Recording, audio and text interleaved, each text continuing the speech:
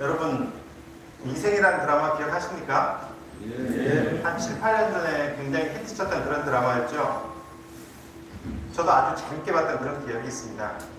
이 미생이란 말은 원래 바둑에서 사용하는 말이라고 하네요. 그 사전적 의미로는 아직 태어나지 않았다 이런 의미인데, 우리 바둑에서는 아직 그 살아있지 않은 돌, 집 이걸 말한다고 합니다. 살아있을 가능성이 있다는 돌이겠죠. 두 집 이상이 완전히 확보돼서 살아있는 집, 이걸 완생이라 하고요. 두 집 이상 확보가 어려워서 죽어버린 돌, 이걸 사석이라고 한다고 합니다. 드라마 미생에서는요, 장그래라는 주인공이 나옵니다. 이 사람은 아시다시피 그 바둑 기사로서의 인생을 실패를 했어요. 하지만 그 기업체에 취업을 함으로써 제2의 인생을 살 수 있는 기회를 얻었죠. 드라마에서는 정규직으로 취업되지 못했어요. 하지만 그 계약직으로 있으면서 그 스펙이 좋은 동료들보다도 더 많이 회사를 사랑하고 또 적응하고 또 성장하기 위해서 그런 과정들이 많이 나옵니다. 즉 미생이었던 장그래가 완생으로 되는 과정, 이걸 나타냈기 때문에 아마 드라마 제목이 미생이지 않나 싶어요. 동영상 잠깐만은 그 출근하고 싶은 직장 한번 만들어보자 이런 계획을 세웠습니다. 우리가 저번 주에 새로운 오신 분들도 여기 많았고요. 전부 다 새로운 팀을 꾸렸습니다.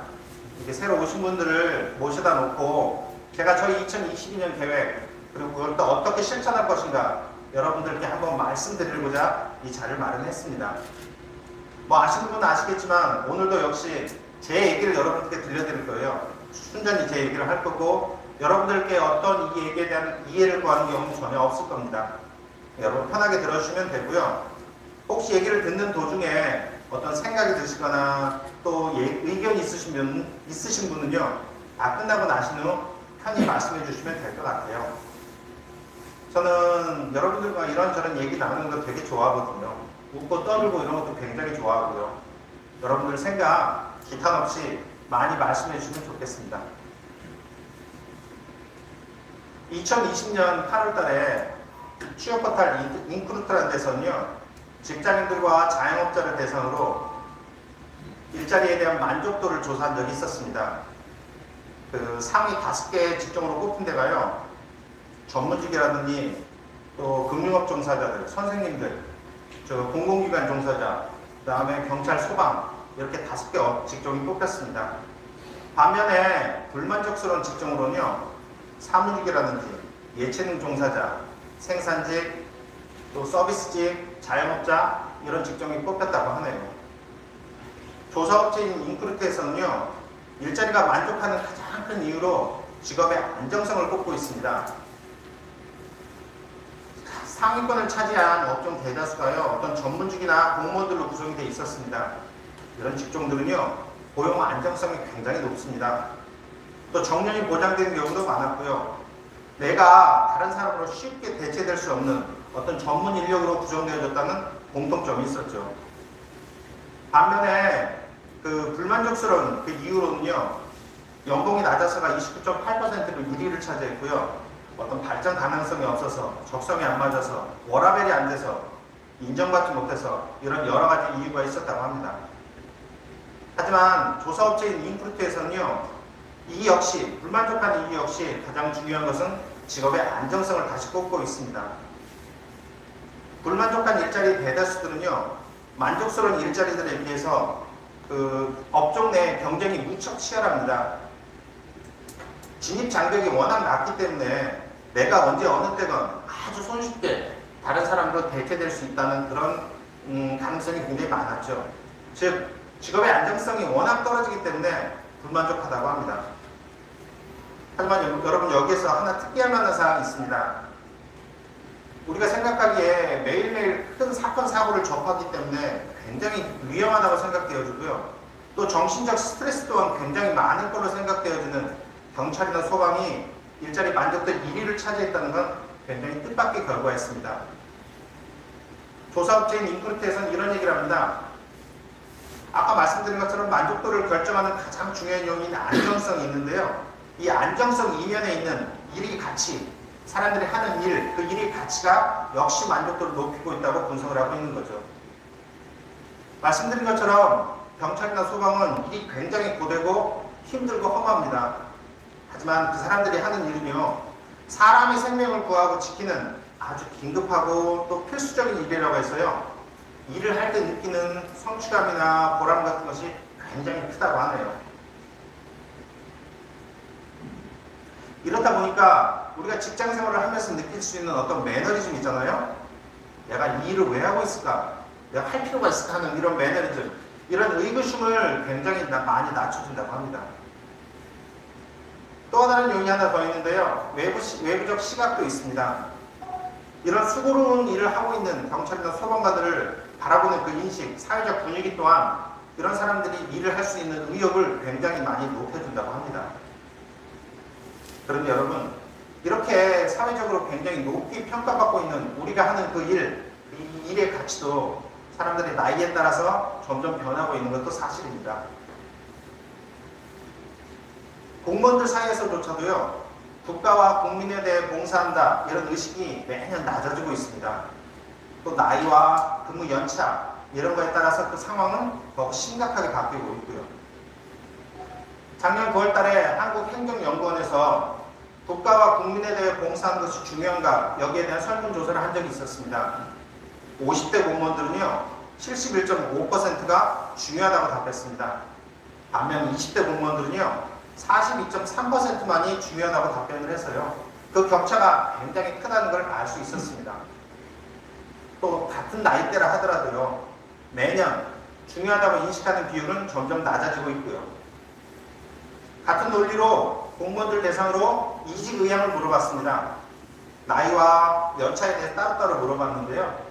20대 공무원이 5점 만점에 3.15점으로 1위를 차지했고요. 연차 5년 미만의 공무원들이 5점 만점에 3.21점으로 역시 1위를 차지했습니다. 나이가 어릴수록 근무 연수가 짧을수록 공무원들은 공무원을 떠나고 싶어하는 마음이 많다는 거 확인할 수 있었죠. 이 조사 결과를 보면서 저는 이런 생각이 들었습니다.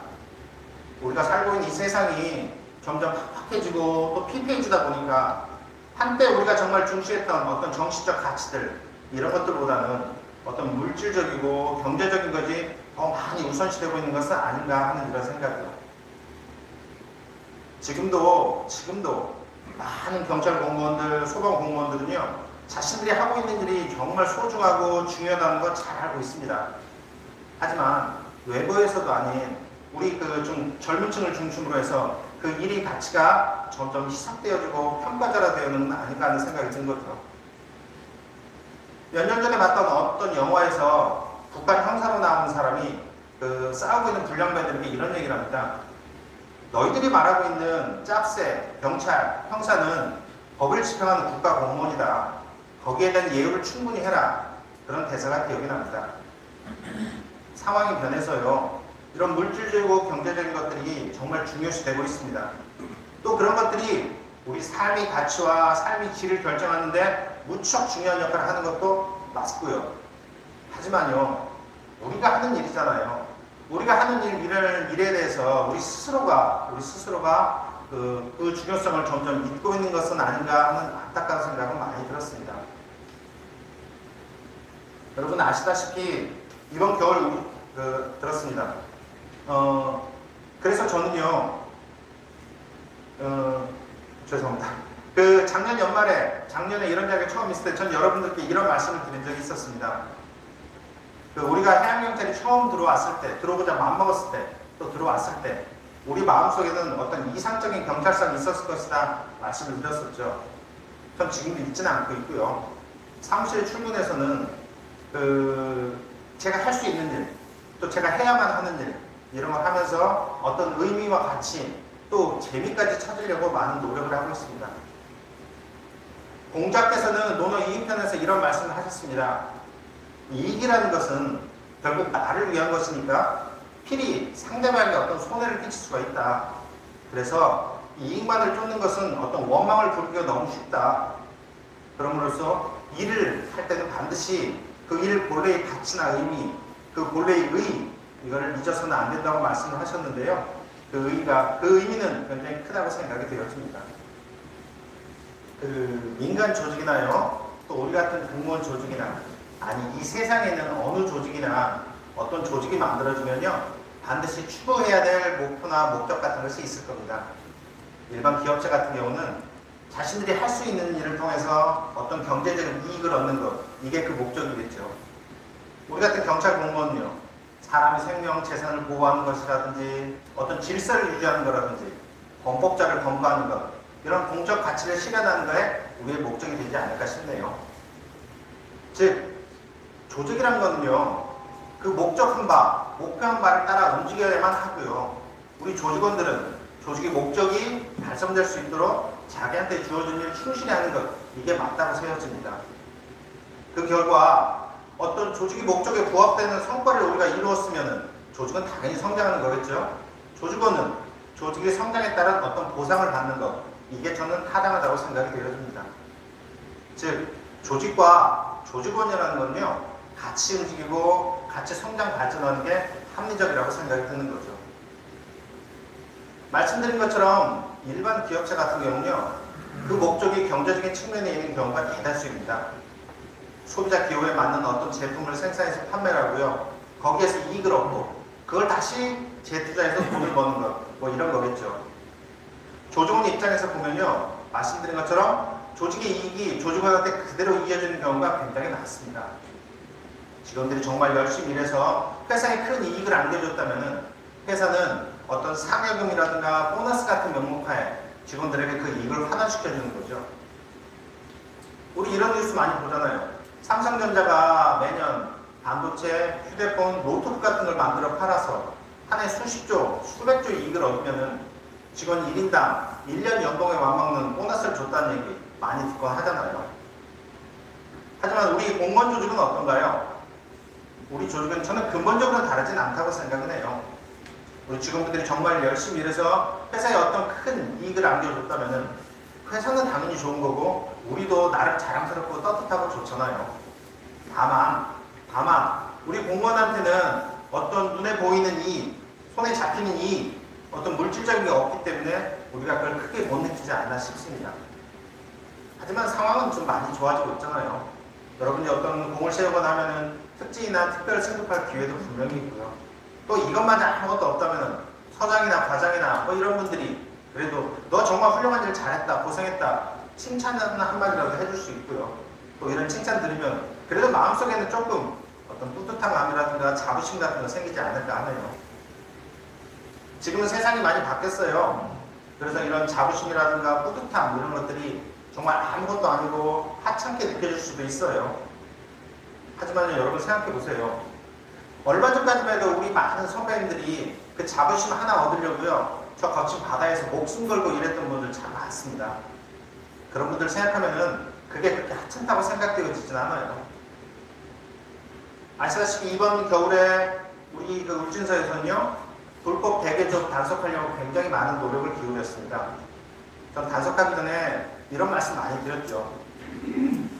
그 불법 조업사범 1명, 2명, 3명 검거하는 건 정말 중요하다.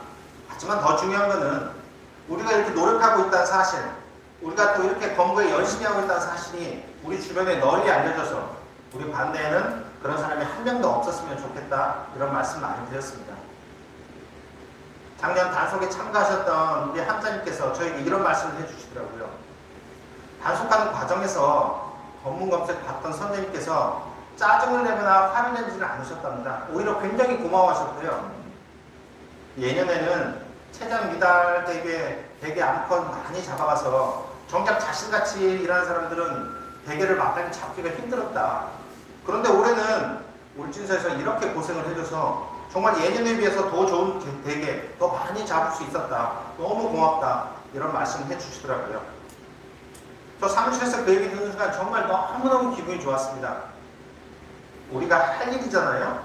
우리가 해야만 할 일이고 할 수 있는 일인데도요, 그걸 함으로써 정말 선량한 국민들에게 일할 수 있는 좋은 작업 환경을 만들어줬다는데 전 정말 한껏 격앙됐었거든요. 여러분, 그때 느낀 그 자부심은요, 그때 느낀 그 뿌듯함은요, 말씀드리는 일당의 경제적 이익보다도 제게는 더 큰 기쁨이었고요, 더 큰 설렘이었습니다.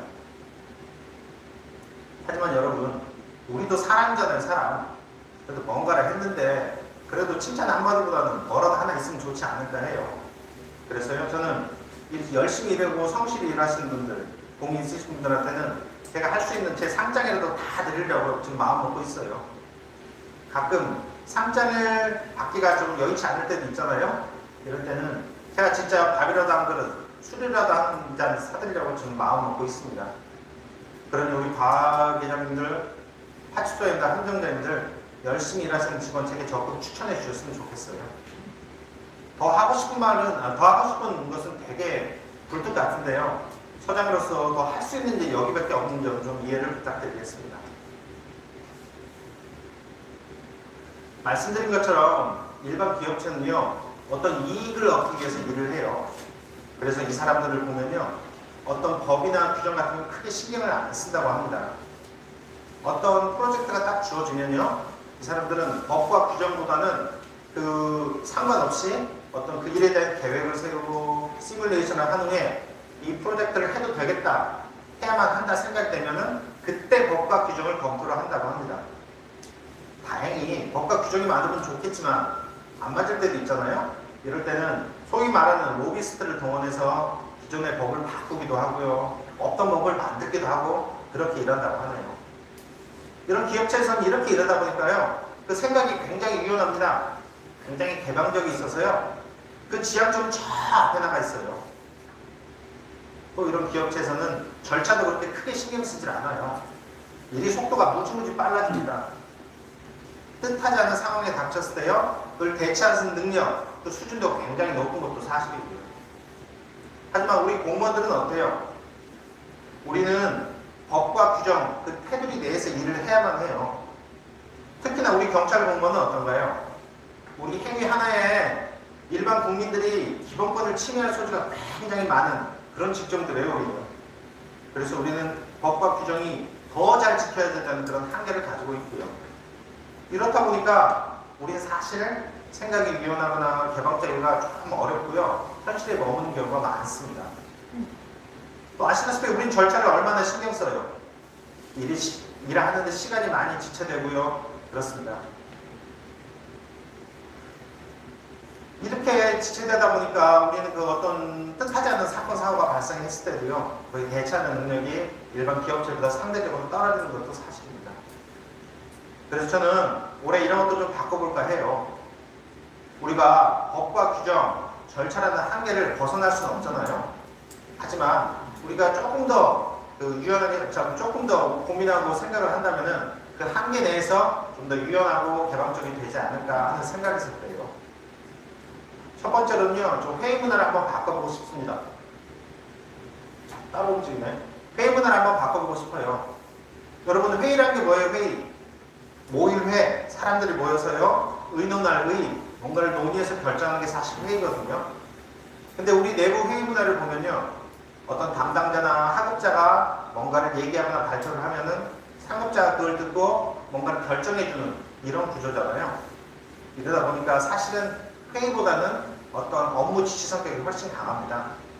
그래서 바꿔보려고 하니까요, 회의에는 필수적으로 참여하실 분들은 참여를 해야겠죠. 하지만 혹시라도 누구라도 참여하고 싶은 분이 있으시면은, 희망하시는 분이 있으면 언제든지 들어왔으면 좋겠어요. 회의 때 서장이 무슨 얘기하는지도 한번 들어보시고, 우리 박 회장님께서 회의 때 어떤 말씀 하시는지도 한번 들어보고, 자신의 의견도 한번 얘기해보고 뭔가를 결정하면 시행착오도 좀 줄어들지 않을까 싶습니다. 두 번째로는 결제 문화도 좀 바꿔보고 싶어요. 지금 재계 결제 들어오시는 분이 보통 계좌인들이 많이 들어오십니다. 근데 앞으로는 계좌인이 들어오셔도 좋고요, 우리 담당자가 들어와도 좋고요, 또 성우 직원분이 들어와도 아무 상관이 없을 것 같아요. 오히려 어떤 때는 우리 담당자가 직접 들어와서 제게 뭔가를 설명해주면 제 이해도도 훨씬 높아지지 않을까요?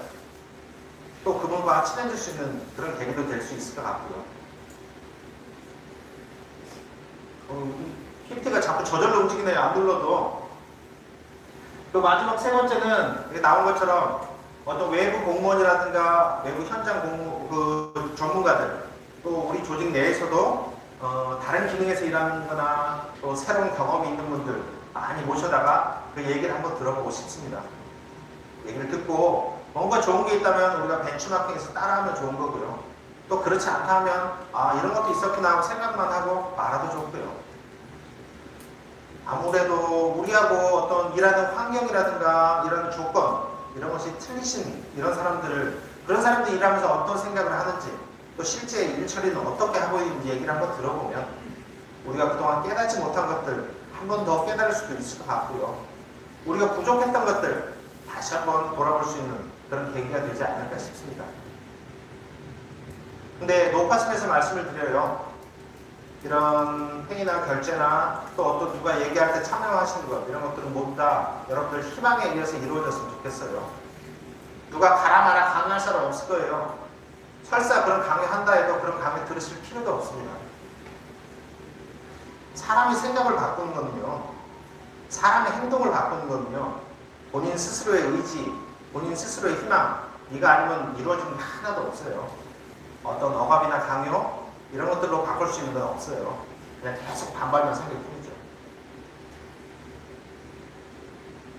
작년에 이런 자리에서 이런 말씀도 언뜻 드린 적이 있습니다. 구글이라든가 페이스북이라든가 MS 또 많은 신생 기업들 사이에서는요, 직원들 간에 서로 호칭을 할 때 이름을 부른다고 한다. 직책을 부른다는 건요, 일의 능률성이라든가 효율성 이런 것들을 굉장히 크게 방해한다고 해서요, 기업체에서는 좋아하지는 않는데요. 서로의 이름을 부름으로써 누구든지 생각한 것, 그 생각한 걸 또 자유롭게 얘기할 수 있는 이런 부드럽고 수평적인 분위기 만들기 위해서라고 합니다. 사실 따지고 보세요. 기업체에서는 아이디어가 얼마나 중요해요. 좋은 아이디어에 투자해 돈을 벌잖아요. 그 이익금은 다시 더 독창적이고 더 창의적인 아이디어에 투자해 더 많은 돈을 벌 수 있는 거고요. 그래서요, 그 아이디어가 어디서 왔는지, 언제 왔는지, 누구한테 왔는지 이런 건 따지진 않아요. 아이디어 자체가 중요하니까요. 항상 아이디어에 목말라 있고요. 그 아이디어를 구하려고 무지무지 많은 노력을 합니다. 하지만 우리 공무원 조직은 어떤가요? 우리는 이 수평적 문화에 굉장히 익숙해져 있습니다. 우리 같은 경찰 공무원만 봐도 24시간 어깨에 붙은 계급장을 보면서 일하다 보니까요, 이 수직적인 문화가 생길 가능성이 굉장히 높습니다.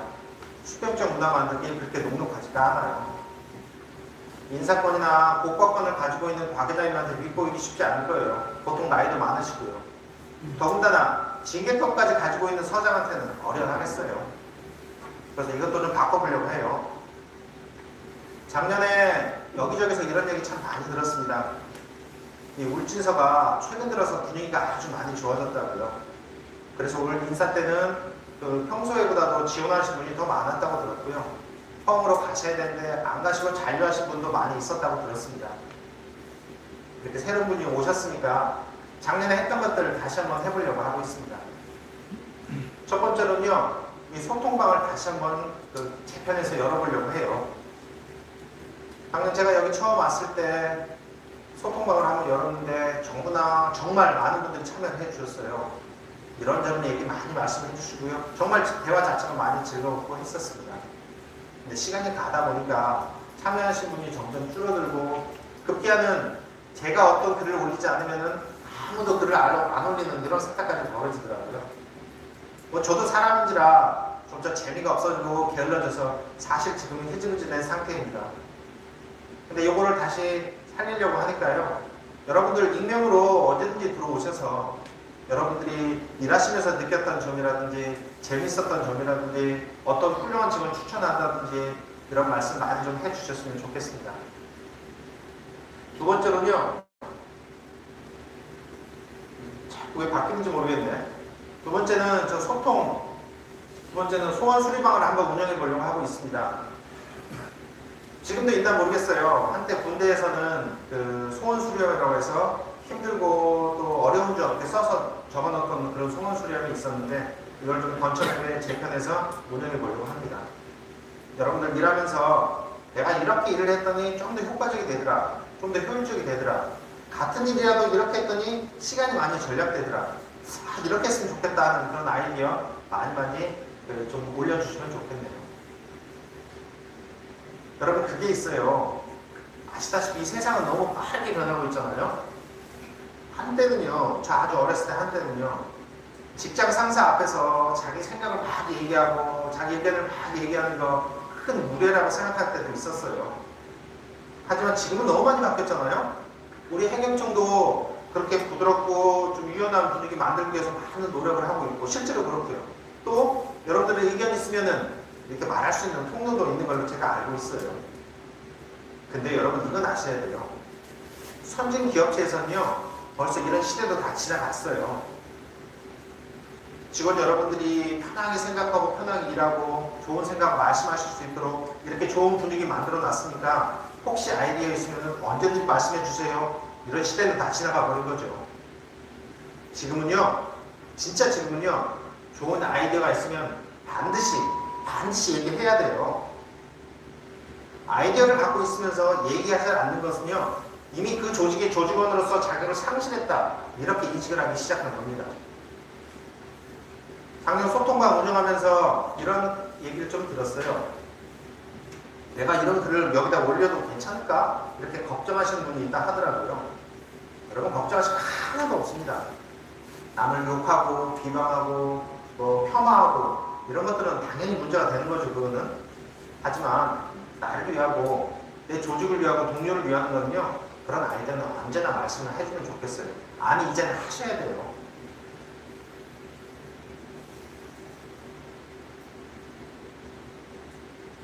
관련 동영상 한번 보시죠. You don't want to smell. 2. Pick out an outfit that will fit in with the latest trends and won't make you the laughing stock of school more than you already are. 3. Put on some makeup so you can actually show your face in public and be a little bit pretty. Can't even recognize yourself when your face tingles with an unbelievable itch you can't satisfy, otherwise you'll have ruined the hours of meticulous painting you apply to your hideous face. 4. Don't forget to style your hair in elegant curls. You can't let everyone at school see how your hair frizzes up like an electrocuted monkey, naturally. 5.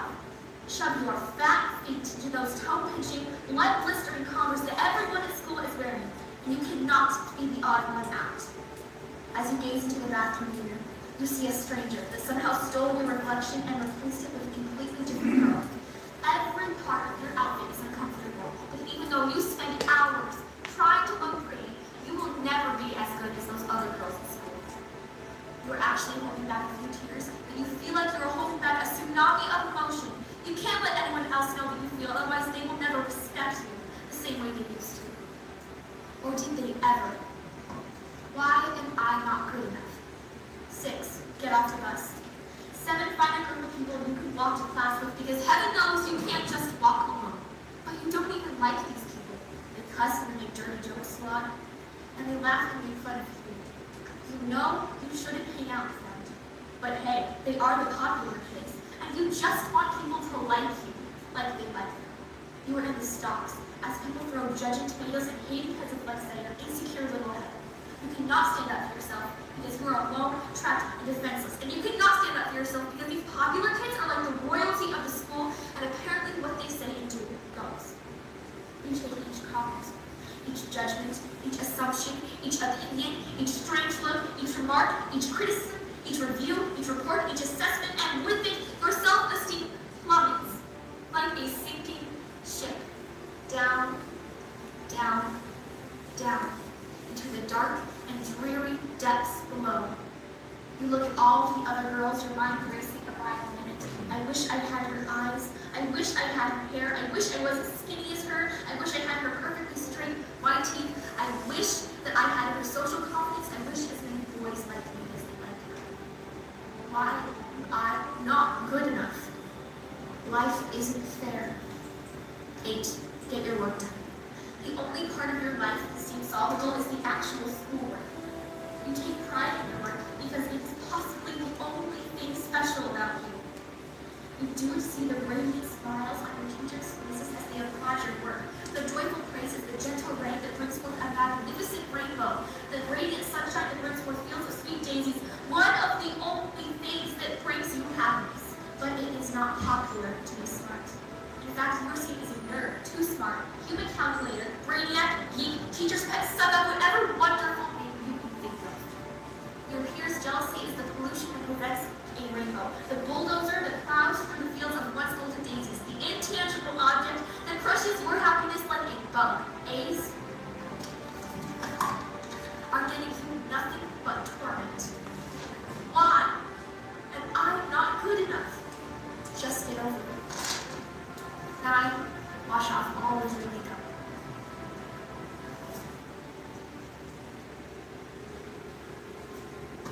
I can't even look at myself. This is my life every day. I can't control it. I've been told I can't compare apples and oranges. I've been told I'm distorted. I've been told I have to be grateful for who I am. But going through your middle school years, you are on your own journey to find yourself on a small jet. Sometimes you cannot control what happens to you. The turbulence will throw you off course. But popular isn't always a good thing. You tell yourself, I just want people to like me. I just want to be accepted. But skipping meals and marking up your wrist isn't going to fix that. You look at other girls wishing you were them, but other girls are looking at you wishing they were you. Society infers girls have to have skinny waists, tan skin, long silky hair, perfectly straight teeth, big butts, etc. Society infers girls have to wear tons of makeup to be pretty. Society infers girls have to wear skanky clothing and do inappropriate things with boys to be happy and considered. But society is wrong. You are loved, you are precious, you are beautiful, you are talented, you are capable, you are deserving of respect, you can eat that meal, you are 1 in 7 billion. Most of all, you are good enough.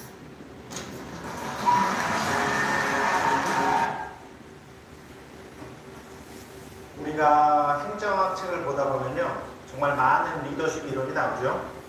또 정말 많은 학자들이 그 나름대로 이 리더와 리더십에 대해서 얘기를 하고 있는 걸 봅니다. 뭐가 다른지 모르겠지만요, 저는 우리 모두가 다 리더가 되어야 된다고 생각을 해요. 서장 일을 하고 있는 저는 서장으로서의 리더요, 우리 기획과장님은 기획과장으로서의 리더, 우리 그 507 함장님은 507 함장으로서의 리더, 저 강북파출소에 있는 김순경, 또 구호정에 있는 이순경은 그 사람들이 맡은 일, 그 일에 대한 리더가 돼야 된다고 생각을 합니다.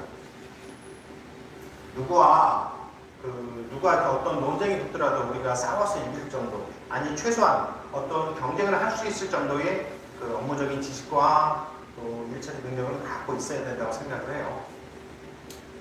서장이나 과장이나 이런 사람들을 만족시킬 만큼 어떤 새롭고 멋진 일, 거기까지는 할 필요가 없고요. 그냥 자기가 맡은 일 열심히 하고 잘 알고 또 어떻게 하면 조금 더 효율적으로 할 수 있을까 하는 고민, 그 고민하는 정도면 저는 충분하다고 생각을 해요. 여러분, 어른이 뭔지 정확한 의미를 혹시 아시나요? 사람이 나이가 들고 신체가 성장하고요, 때가 돼서 결혼하고 아이를 낳는다고 어른이 되는 건 절대 아니에요. 어른이라는 건요, 자기가 뭘 해야 될지 알고요, 그것을 실제로 행하고 실천하는 사람, 이런 사람이 어른이에요. 우리가 신문이나 뉴스에서 가끔 소년, 가장 얘기를 듣습니다. 이 친구들은요, 보통 보면 부모님, 아픈 부모님 모시고 있고요, 어린 동생들 잘 돌보고 있는 그런 아이들이죠. 우리는 이런 아이들 보고 뭐라고 합니까? 참 어른스럽다, 대견하다 이렇게 얘기를 하잖아요. 이 친구들은 나이가 보통 어린데도 자기들이 해야 할 일, 주어진 상황에서 자기들의 해야 할 일을 잘 알고 있고요. 또 실제로 하는 아이니까 우리들은 그런 친구들 보고 어른스럽다 말하죠. 5살, 6살, 7살 꼬마들이 너무 말썽 부리고 개구장이 짓하고 엄마 아빠 말 찔뺀들이 안 듣고 그런 아이들한테는 어른스럽다 안 하잖아요. 그냥 애답다고 하잖아요. 보통 그와 나이 때 아이들이 그렇게 하니까요. 여러분, 우리 공무원들은 어떨까요? 공무원들은 아침에 출근해서요, 해야 할 일이 뭔지도 모르고 하지도 않고 있는 공무원, 누가 공무원답다 하겠어요? 뭘 해야 될지도 모르고요, 상사가 시키는 것만 겨우 하고 또 그것도 못한 사람, 절대 공무원이 아니에요. 그냥 공무원인 척 하는 사람들이죠. 그런 사람들은 절대 어른이 아니에요. 그냥 어른인 척 하는 사람들이죠. 여러분, 제가 질문 하나만 드릴게요. 여러분 혹시 아침에 눈 뜨시면 막 사무실 출근하고 싶고 그러세요? 예. 그것도 정말 다행이고요. 그럼 집은 어떠세요? 집은? 퇴근 시간이 임박해지고 하면은 집에 막 가고 싶고 그러십니까? 아닙니다. 해요. 이게 우리가 어딘가로 가서 누군가와 어울리고 싶은 것은요, 그곳에 가서 내가 어떤 불편함을 못 느끼고 즐겁고 재미있고 이런 데가 우리가 가고 싶은 직장이고 가고 싶은 집이고 그러잖아요. 사실 집에 갔어도요, 뭐 청소도 하나 안 돼 있어서 지저분하고 냄새나고 냉장고에 먹을 것도 하나도 없고 막 옆에서 시끄럽게 잔소리하고 울어대고 어디 가고 싶겠어요. 하물며 직장은요, 가족도 아니잖아요. 남과 일하는 곳인데 사무실 출근하니까 옆 동료란 사람은 일을 제대로 안 해서 상사는 자꾸 짜증내고 화내고 소리 지르고 있고요. 내 일도 아닌데 자꾸 나보고 대신하라고 하고요. 어디 가고 싶은 직장이 되겠어요. 정말 가고 싶은 직장이요, 정말 가고 싶은 집은요, 서로가 자기 일을 충분히 해줘서 다른 서로에게 어떤 불편함을 주지 않고 편안하게 일하고 편안하게 쉴 수 있는 곳, 그런 곳이잖아요. 진짜 어른답게 생각하고요, 어른답게 일하고 어른답게 쉴 수 있는 곳, 바로 그런 곳이요. 그래서 저는 올 2022년 이렇게 좀 출근하고 싶은 직장 한번 만들어 볼 계획을 세웠습니다. 제가 생각하기에는요, 이런 것이 미생인 우리가 완생으로 나아가는 길이 아닐까 싶어서 그래요. 감사합니다.